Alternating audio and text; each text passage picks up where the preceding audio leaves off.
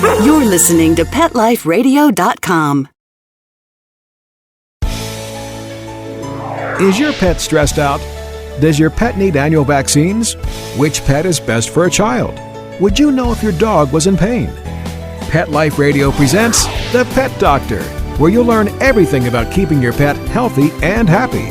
From pet care, pet meds and grooming, to pet food, pet insurance, and dental care, this is the place to find out everything there is to know about pet wellness. Whether you have a dog, cat, reptile, or rabbit, you'll find answers for your pets straight from the vets, because it's your pet. Health matters. Please welcome your Pet Doctor host, veterinary media consultant and veterinarian, Dr. Bernadine Cruz. I've heard it said that cats are like potato chips. You can't have just one. But mixing flavors like the British turkey and stuffing variety with flaming Cajun American snacks could leave a strange taste in your mouth. If you're like me, you have multiple perpetrators of TV screen paw prints. Sometimes a clowder, a collective of cats, works, and sometimes it can have dire effects on your carpeting and sanity. The new book, Your Ideal Cat, co-authored by my guest, Dr. Ben Hart, board-certified veterinary behaviorist, and his wife, Lynette Hart, a professor of veterinary medicine and human-animal behavior, will tell us how we can keep perfect harmony in our homes. I know, that was sick, but my cats made me do it. All right, so sit, stay. We'll be right back after this short break. Please have a seat in the waiting room. The doctor will be with you shortly, right after these messages.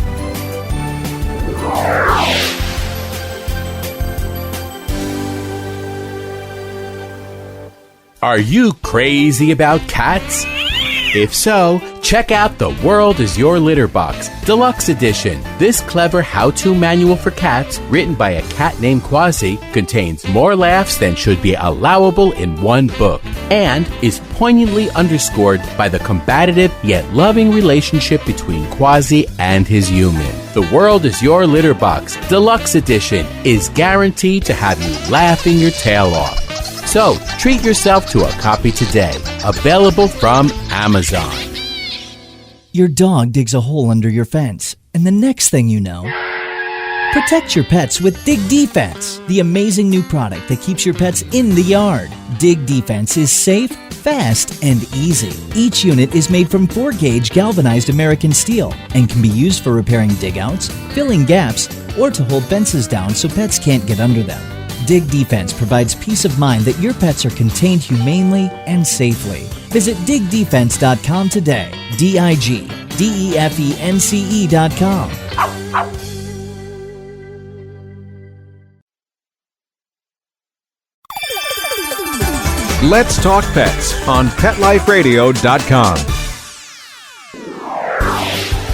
Welcome back to The Pet Doctor on Pet Life Radio with Dr. Bernadine Cruz. The doctor is in, and we'll see you now. Dr. Hart, thank you so much for being with us today. I have to admit, you were one of my professors in veterinary school and taught me about behavior. Well, that was one of my passions. You know, when California was the first school that started the behavior dogs and cats as part of the official curriculum, and we got into behavior problems. So I've enjoyed that, teaching that for a long, long time. And California is such a trendsetter. Good for us, because behavior is such an important aspect. I know behavior that people don't like, why their pets end up at shelters, why they are abandoned.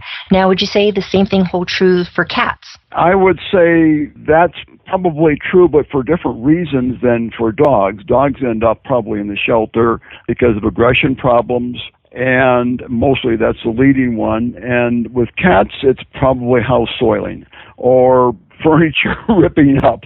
And so somewhat different reasons that people would take an adult cat. And other times they just kind of put up with it. But, you know, the research has been done by people looking at animals relinquished to shelters. They don't really study cats that much. It's all kind of focused on dogs. And that is kind of sad. It seems like so much of veterinary medicine is really dedicated to dogs. Our medications are meant for dogs. And, oh, yes, by the way, you can use it on cats. And cats are the number one pet that is kept in the United States. There's more cats than there are dogs. And as I said, at the beginning, cats really, most of us have multiple cats, but I know every time I bring a new cat into the household, I do it with dread because I know I'm going to have bent whiskers for a period of time. So really, cats are not solitary creatures. That's one of the myths I think people believe, is that you're only supposed to have one cat, they can't live in a group. That's true. That's a misconception in some respects, but in other respects, actually, I would argue that they are solitary in their ancestry. And it's because the wild African cat, which is the ancestor of the domestic cat, really was a loner. So they become social because of our breeding and our raising them to some degree, but we've created breeds of cats that get along well, and then some that don't get along well. I mean, I could point out to you that a certain breed, let's say the ragdoll, gets along very nicely, as far as I know. I don't have one, by the way, but this is from our book. Gets along very well with other cats. It doesn't get into fights, but the Bengal is not near as social with other cats in the household as the ragdoll is. So we've influenced the sociality, if you will, of cats much more than we have in dogs. Now, here we have all these various breeds, and we know that the Labrador was bred to be the working hunting dog, and then we had the Doxy, and that was going to be the one that would go to ground. And we have all these various cats. You're mentioning the Ragdoll, and then the Bengal, and then you have the Persian. Was it just on looks that people started breeding these? And you say it came from one main line of a wild cat. That's a very good point. The dogs, when we look at their behavior as pets, it seems to reflect what their utilitarian basis was, what they were used for. They were used for retrieving game for hunters in the field, or for pointing, or for guarding, or for going after rats. The ratting dogs, the barking dogs for using in hunting. And cats don't have that kind of utilitarian background. So the breeds really that developed are a reflection of the kind of the whims of, or the desires of the people. They wanted the cat that looked a certain way, or they wanted one that behaved a certain way. They're developed along the lines that people actually chose, much more than utilitarian. So to sit on your lap or not to sit on your lap is probably one of the starts. And yes, there are those that are out there. And yes, when we had our agricultural background, they were ratters and kept the grain safe from the rats and all the other little rodents. So right now, how many different breeds are recognized, and kind of give us extremes of one to the other? So I'm looking for the perfect house cat to have around kids. What would you recommend? What's out there? Okay, very good question. Let me tell you about the variety of cats. The exact number of cat breeds is kind of, it's not an easy answer to give you, because there are a number of cat registration organizations. There's American Cat Fancy Association, there's Cat Fancy International, and some other ones, and some recognize some breeds and some don't recognize other breeds. And there's some, 80-something kinds of breeds, and some are so uncommon that even if you took a feline practitioner who just sees cats come and go all day long, they wouldn't recognize that breed. You couldn't talk about it very much. But the common ones, our book actually covers the 15 most common breeds of cats, plus the domestic short hair and the domestic long hair. That said, and we started our study by interviewing feline practitioners over and over again, having them rank breeds of cats. We found that a couple of the extremes were the Ragdoll and the Bengal. And the Ragdoll, as you can imagine, is kind of a really friendly cat, loves to be held on your lap, is not aggressive, greets visitors. You got someone that comes over to see you, they want one more person to pet him, as it were. And then the Bengal is not a friendly cat, does not like visitors so much. Now, I'm being general in this. Now, I don't want some of the listeners to feel that, well, look, I have a Bengal is different, because there are breed differences, but I'm speaking in a general sense. They are much more like independent, they're aggressive, they're not near as affectionate, but they're beautiful. I mean, the Ragdoll kind of looks like a fluffy old Ragdoll, and a lot of variations in color. And Bengal is a breed that stems from what the developers of that breed thought looked like a wild leopard cat. They're very exotic looking. I love them. Yeah, they are, and some people have even fixed up their house so they can have more of a three-dimensional forest inside. But it's the one cat breed where the ancestor is the Asian leopard cat as well as the African wildcat basis. And so it's a hybrid, in fact, because the person who developed that breed in Southern California in the 60s loved the looks so much. That was when pet stores were selling these exotic pets. So she brought home an Asian leopard cat, bred it with some neighbors, short hair, and got what she thought was Asian-like looking, Asian leopard cat looking. And then she crossbred it again with some other cats she had around, and then had another Asian leopard cat sent to her from Asia, from a curator in a museum, and a zoological garden, I should say.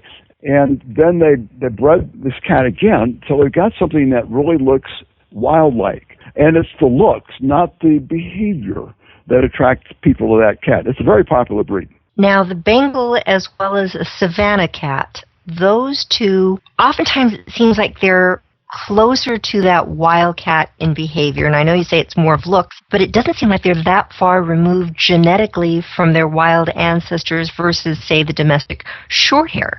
Is that proper thinking?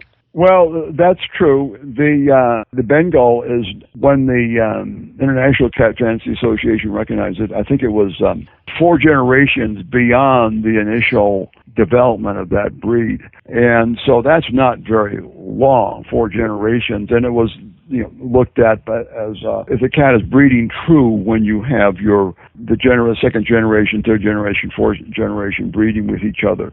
And so the American Cat Fancy Association does not recognize the Bengal because it is not far enough removed from the ancestors. Whereas the common shorthair, domestic shorthair, is more of a generic breed. We refer to it as a shorthair, but it's more of a generic, and it's been developed by it's a number of mixtures from the Burmese and the Persian being there, and the Siamese, and so it has a rather open-ended background, unless you're talking about the American domestic shorthair, which was restricted in its breeding a long time ago, but the common domestic shorthair is not purebred. And so, but all of these cats are the alley quite cat, removed. in other words. Yeah, right, yeah. Yeah. And, all the cats, actually, the history of cat breed development goes back some, 10,000 years or so. I mean, we cover in our book the origins of the cats in the Asian area and the breed development, and then moving across into Europe. And it's kind of an intriguing history of the development of cat breeds. So the cats here in the United States, some of the original cats, came from Europe, came from Asia? Yeah, they're from basically Western Europe, is the same kind of grouping of cats that then made their way to the North American continent. And it was some of the first cats brought in were the generic kind of a short hair or long hair type, came over with the initial settlers from Europe. And then, they were used as farm cats, of course. And then they kind of diversified themselves and became the short hair. And then, otherwise, you got the Burmese, you got the Siamese come in from the other parts of the world, and by then transportation was so great that they were moving all over. Well, I love that there are such unique looks to all these animals, and behavior can also vary. And one of the questions that people will always have when they're talking about behavior is, okay, I have one cat, maybe I had 2, one of them passed away. I just have to have another cat like a potato chip. Do I get 2 males? Do I have 2 females? Young and old mixes? Is it possible to say, first let's talk about sexes. It's better to have all females, all males in the house. Does that really make a difference? Okay, well, that really is a good question. In our book, where we're ranking breeds of cats on behavior traits, we also rank the sexes. And it's just a bit of a surprise to me. I wasn't quite that clear on it. But the males, I talked about neutered males versus neutered females. Males are more affectionate and less aggressive than females, and more outgoing to people than females are. And we're talking about aggression towards other cats, or we're talking about aggression towards people. So lots of times, if it's the only cat you're going to have, you're going to just, I want to get my first cat. We like to have people think about a male cat because they are more outgoing, friendly, less aggressive to the people they're going to be interacting with. Now, the downside about males, as you know, is they are the ones that get into urine marking. And yes, I agree with you. Probably the best cat I ever had, and I've had lots since I was a kid, because I am definitely a cat person. I've had my dogs, but I'm a cat person. The best one was a kitty named Zachary, a neutered male.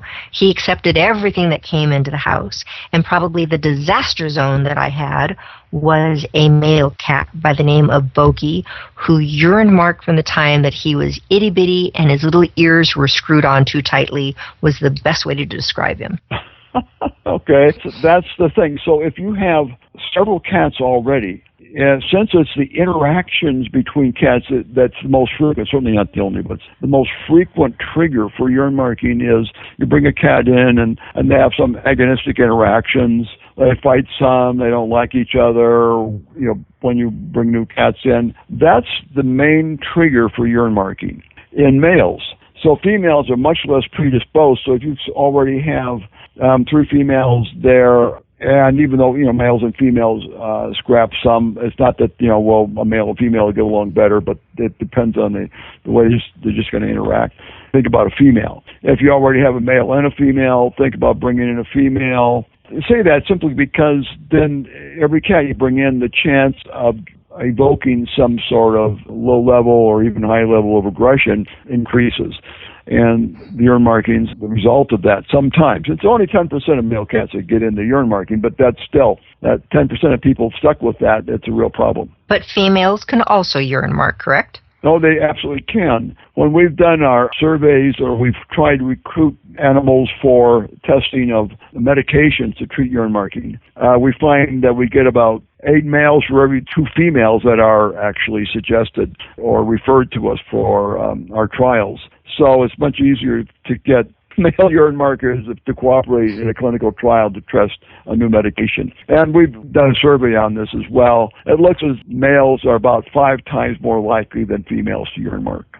Well, I need to mark a passage right now. I'm speaking right now with Dr. Ben Hart, who's written a great book, Your Ideal Cat. So if you have one cat, need another, or have multiples and want to know what's going to not upset the mix and have some fur fly, we'll tell you more right after this short break.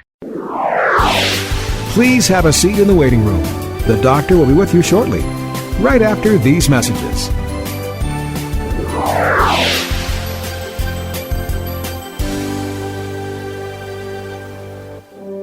Dog Shelter Blues, the new novel by Mark Conkling. This hard-hitting story lights up the world of animal rescue with engaging characters and their pets, struggling with their own internal demons as they attempt to rescue innocent creatures that sometimes bring a mysterious transforming power to broken lives. Read the first chapter of Dog Shelter Blues free at dogshelterblues.com. Then come along a breathtaking journey that ends with an astonishing triumph of good over evil. Order your copy of Dog Shelter Blues today. Available at Amazon.com and BarnesandNoble.com.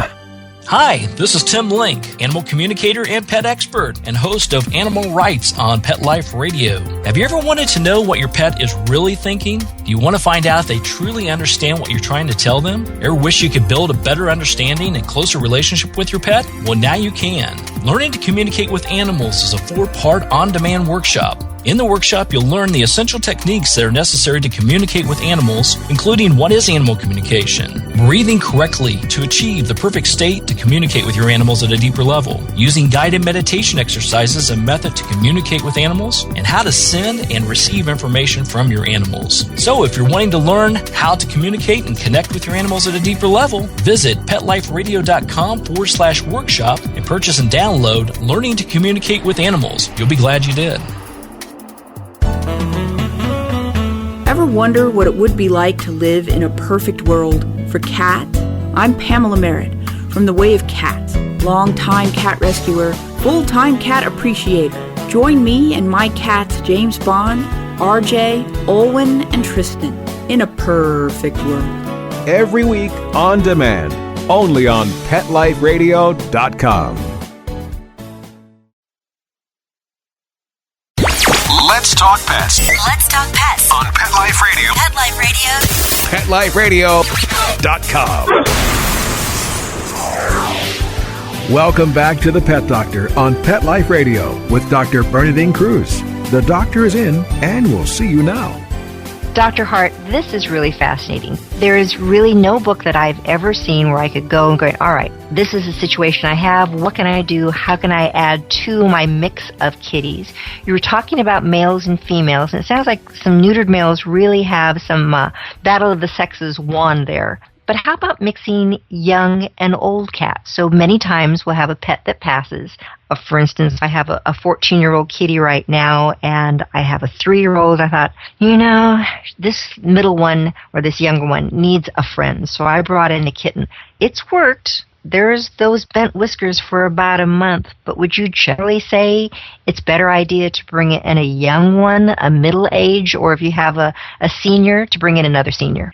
Well, that's not a question I get asked a lot, so I'm going to give you kind of a thought-out answer, and that is that young cats, kittens, adapt more easily to a household situation. For example, if you have a dog, kitten will adapt to getting along with that dog much better if you bring in an adult cat, especially if the adult cat has no experience with dogs. And so I imagine that you're going to have the same experience bringing in a kitten to adapt to the older one who has, certainly he or she has her own ways, if she's 14 years old. So I would suggest a kitten rather than an adult cat. Okay. And you're talking about adapting to new things in the house. What do you do, for instance, you have your ideal cat, and now you find your ideal new significant other, and it's just been you and the cat. How do you get your cat used to this new person in your life? Oh, my. Well, in the behavioral field, it's always gradual. Gradual is what works best. You don't kind of force yourself on the cat. You let the cat come up, explore or explore the new person, smell, get some treats, and just kind of gradually work towards that goal. And because if you push yourself or they push themselves on the cat, then that tends to evoke anxiety more. And you don't know if they're going to growl, be aggressive, go away, hide, whatever. So it's a gradual approach with some reinforcement or rewards for movement in the right direction. And that's probably a reward to the person and to the pet, too. Good person, good kitty. Okay, we can do this. There you go, right, yeah. So I want to mention something. We were talking about urine marking, and we're in male versus females, but it's also true that breeds of cats differ. And we didn't know we would find this when we started our study. But I can tell you right now that according to interviews with 80 feline practitioners who rank breeds of cats, and they also ranked the domestic short-hair and domestic long-hair along with them. They ranked the number one most likely to urine mark in the house is domestic short-hair, then the Bengal, and then the domestic long-hair, and then the Siamese. So those are the ones with the highest probability, according to our experts, of urine marking in the house when you bring one in. Is it just because domestic short-hairs are so common? It's because of their background. Not that they're so common, no. They were looked at from the standpoint of what they know about that breed. It's just that domestic short-hair, the way they've been bred and developed, there's some Siamese with them. There's some Abyssinian, other cat breeds in the background. They are just the number one. The Bengal is a very close second for most in urine marking. So of the purebreds, the Bengal's the number one urine marker. And then you get the Siamese, and you get the Persian, you get the Abyssinian. Okay, now look on the other side of this. Who is least likely to urine mark, according to experts? Oh, that's a good one. All right. A stuffed cat, but other than that? It's the Sphinx. Do you know what the Sphinx looks like? It's a hairless cat. Yes. It's a Sphinx, and I often think, why is a Sphinx? Because it kind of looks like, hard to predict the behavior from the looks of that cat, but it's the least likely. Maybe they just, without hair, they're just too embarrassed to urine mark or something, I don't know. But that's the Sphinx. And then the Cornish Rex, and then the Ragdoll, and the Burmese. So those are least likely to urine mark. So if you've got 3 cats in your house already, you want to bring one in, you want to bring it as a kitten or an adult, and you say, the last thing I want is any more urine marking in my house, I would suggest a Ragdoll if you want a friendly interactive, non-aggressive cat. Or if you say, wow, I like the looks of that Sphinx, I'd love to have one of those weird-looking cats in my household, that's one you could bring in as well. What are some of your tips for keeping cats from urine marking? So keeping them in that litter box. One of the things I always tell people, and one of the first questions I ask is, how many boxes are they open or closed? What kind of litter? And probably the most important question, at least in my mind, is how often do you clean the box? Oh, you're absolutely right. And experience of behavior experts over and over again show that the most common factor related to not using the litter box is they're not cleaning it enough. And remember, cats have their olfactory powers are much greater than ours, and they get much closer to the box than we get with their nose. So they like a litter box that smells a bit like a toilet area. In other words, if it's all clean, it's still going to have some smells, residual smells of a toilet area because of the plastic and so forth. So as soon as there's solids there, one should remove those, and then the clumping litter to take out the urine. That's at least daily on that. That's the number one way to address this problem with litter box use. Do you like open or closed boxes? Oh. Or I should say, do cats like open or closed boxes? Yeah, right, yeah. We hear reports enough about cats just being very nervous about a closed box. I mean, cats are used to going out, the outdoor cats, what they do, they go outdoors, find some nice soil, dig a hole, and defecate and urinate, or the sandbox or whatever. I mean, it's not closed. They're not going to look for a closed place. That's the human comfort thing. Some of our cats are good enough that they'll use it. But if someone comes to me and says, I have a problem with urine marking outside, or not urine marking, but defecating, urinating outside the box, I'd say, well, what's the litter box look like? And if it's a closed one, I said, well, you got to experiment with an open one, for sure. Do most cats like clumping litter or unclumping litter, scented or unscented? Okay, certainly not scented. And forget the liners, the plastic liners, because they have a smell and a feel to it. And clumping litter is the most popular where the tests have been done. You give a cat kind of a selection of different kinds of litter. You put up maybe 4 different litter boxes, and you use a different kind of litter in each one, and let them tell you which one they want to use. And a person can do that too. And then they'll tell you. And usually the cats will go for the clumping, fine granulated litter material. But there are cats that choose something that's a bit more coarse, the coarse clay-like. So you can actually have a cat tell you, especially if you've got a problem from time to time with using the litter box. So set up the smorgasbord and say, here, you tell me what you like. Right. A cafeteria, litter box cafeteria, different kinds of litter. I mean, you could do it several times over. And the other thing is, Bernadine, that the different cats like different kinds of litter. So you can't just let one cat speak for the whole group. And each cat likes to have its own litter box, too. As you know, you've got to have, one for each litter box for each cat so they don't have to deal with the smells of another cat. And some of my colleagues say we'll go, number of litter boxes as you do cats plus 1. But main thing is that each cat can have its own litter box and its own choice of litter in the ideal world. And I love that idea. I tell people about it, and I honestly go, oh my goodness, I have 3 cats. I'm in a condo. That's 4 litter boxes. There ain't no way, Jose, that I'm doing this. So I have cheated. I'm fortunate that I have a spare bathroom with a shower bath combo. And I've gotten this huge, it's like a Rubbermaid mixing vat for concrete that fits right in the bathtub. Plug the bathtub, pour 40 pounds of clumping cat litter in there, scoop it twice a day, and knock on wood, my 3 girls all use the box, and I just keep my paws crossed that they continue to use the box. But yes, I've heard it, and I believe you. Okay. Since I have Dr. Ben Hart, board-certified veterinary behaviorist, on the phone, I have my own personal question for you. With my 3 cats, my kitten right now is about 8 months of age. She's a biter. She bites me. She bites her sister cats. She bites everything. And she's doing this in fun. But how do you get a cat to stop biting? Well, it's not, I can't give you like a 2-minute answer necessarily. You have to get into details. I mean, okay, when does it bite? What precedes the biting? She's playing, and I'm probably playing a bit too rough with her, and she loves beating up on one of her sister kitties. Okay. And they tear around the house and just have a blast beating on each other. But then she bites on me when I'm playing with her and loving her and just trying to be gentle kitty love. She'll bite me. Okay. So it could be that either you reach a point where she's had too much, or it kind of switches something in her own mind, if you will. Something switches, and then she's going to bite, which is a way of signaling, okay, that's enough, let's get out of here, or quit this game. You're mentioning is a little bit like this petting-induced aggressive behavior, where people have a cat that likes to be on their lap, and they're petting it, and maybe the cat's purring, and all of a sudden they feel the claws dig in, and then if they keep trying to hold the cat will turn on them and hiss, and or even bite, and then jump off.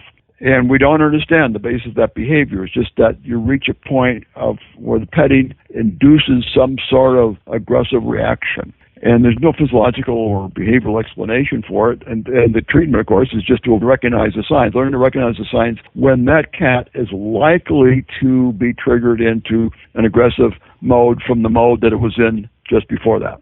So in other words, it's a cat. So know your cat. Exactly. Now, before we leave the topic, I want to say one thing about litter boxes. We were talking about litter boxes.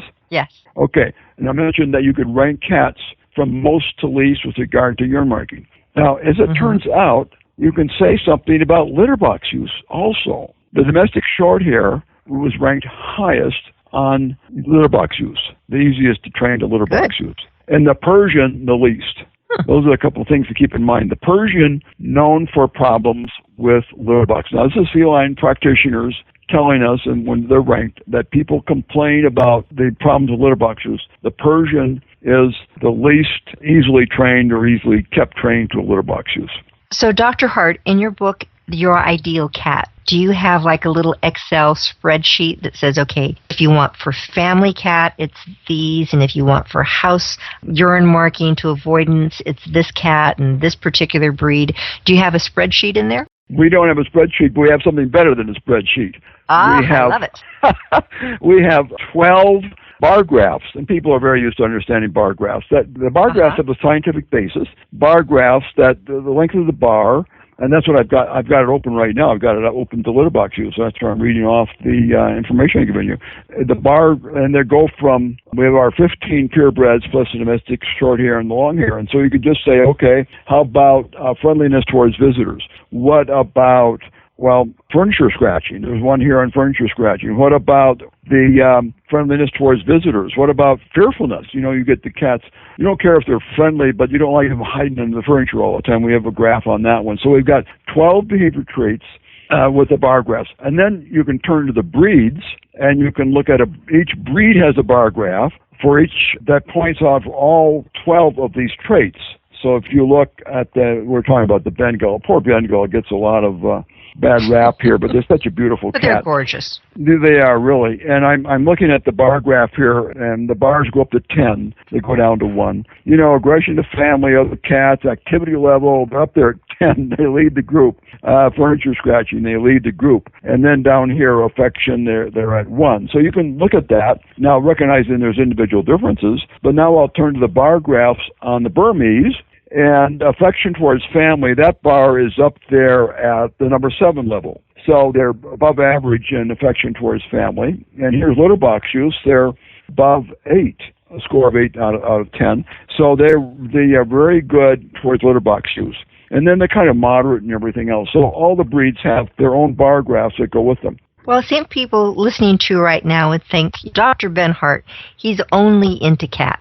How about dogs? What have you done for people understanding their dogs? Oh, we've done quite a bit. As a veterinary behaviorist, the people will bring you their pets to have you help them solve the problems. But you've written books about dogs also. Oh, right. But 3/4 of the problem behaviors presented to us are from dogs, not cats. So you see problem behaviors in dogs a lot. And we've written a book, Your Perfect Puppy. It's actually now out of print. It was sold very well while it was in print. It's now out of print, and we've got a whole new data set with bar graphs and everything. We're trying to just getting that lined up to get published now. And we'll cover 80 breeds of dogs with the same format, interviewing veterinarians and getting ranked. But we don't have that book is not out. We have a book that's meant for veterinarians as well as dog owners and cat owners. It's called Canine and Feline Behavior Therapy. And that's a very useful book on all the problem behaviors, and it also includes some normal behavior. And that book's available. It's a 2006 book, and you get that through Amazon, Canine and Feline Behavior Therapy. And you can read all the difficult areas of problem behaviors, and then there's a background for each one. So you're going to deal with house soiling. It'll tell you something about cats and house soiling and some of the theoretical thinking behind clean the box often, but you don't want to get a brand new plastic box, things like that make sense from the background of the cat. There's just so much to know about these guys. The last thing I want you to touch on just really briefly, and this, I think, surprises a lot of people. I love watching it myself. So why do cats like kitty marijuana, catnip? Well, that's a good question. Believe it or not, in the back of our book... It is so much fun when they do. Yeah. In the back of our book, we do a chapter called Why Do They Do That? Why do cats purr? Why do they yawn? Why do they eat grass? And why do they flip out on catnip? And why do they always have to spit up a hairball on the carpet and not on something that's easy to clean? That has to be in there, too. That is. We don't have that one covered. But I'll yeah. There's another thing I want to mention here, but maybe I'll just give you the short answer on the catnip. There is not a good behavioral reason. Because we can't, normally when you've got it, you put an animal and a plant together with a reaction. You can say, well, there's some sort of evolutionary thing. The catnip plant evolved on a different continent than the ancestor of the domestic cat. So when they were evolving, they were not mixed together at all. So it looks as though then you've got the transportation and global trade and everything that was started hundreds of years ago. People bring catnip and cats together, and you get this reaction. It's just a weird reaction. It's the only animal that really reacts like that. It has to do with the smell, not eating it. And they smell, and about 50% of the cats have this reaction. They play with it. They make sexual responses. Maybe they roll like a female, like a post-copulatory response. They kind of bat it around. They chew it like they're attacking a mouse. It's kind of like it triggers different neural circuits in the brain. Then they habituate. It's over with. And they kind of satiate. And then after an hour or so, they can get back to catnip again. It is just a strange reaction of bringing the plant and the animal together that did not evolve together. Well, Dr. Hart, I would love to get into this more, but I have to say we're going to have to cut this one short right now. If people want to learn more about these marvelous animals, the one that I have on my lap right now, best thing to do is to get your book, Your Ideal Cat. Where can they find it? Well, you can get it. Amazon is about the best place. It's published by Purdue University Press. You can buy it from them, but most people are used to ordering things from Amazon. That's probably the best way to get it. Great. Dr. Ben Hart, thank you so much.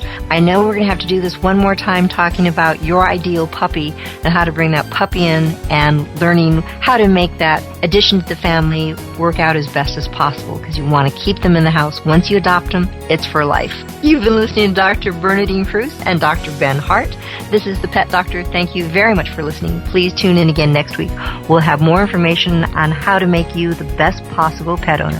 Thanks for listening. Take care. Pets can be a wonderful addition to your life because they're a member of the family. Keeping them healthy and happy is important. Pet Life Radio presents The Pet Doctor with veterinary media consultant and veterinarian Dr. Bernadine Cruz. Whether you have a dog, cat, reptile, or rabbit, you'll find answers for your pets straight from the vets. The Pet Doctor, on demand every week, only on PetLifeRadio.com.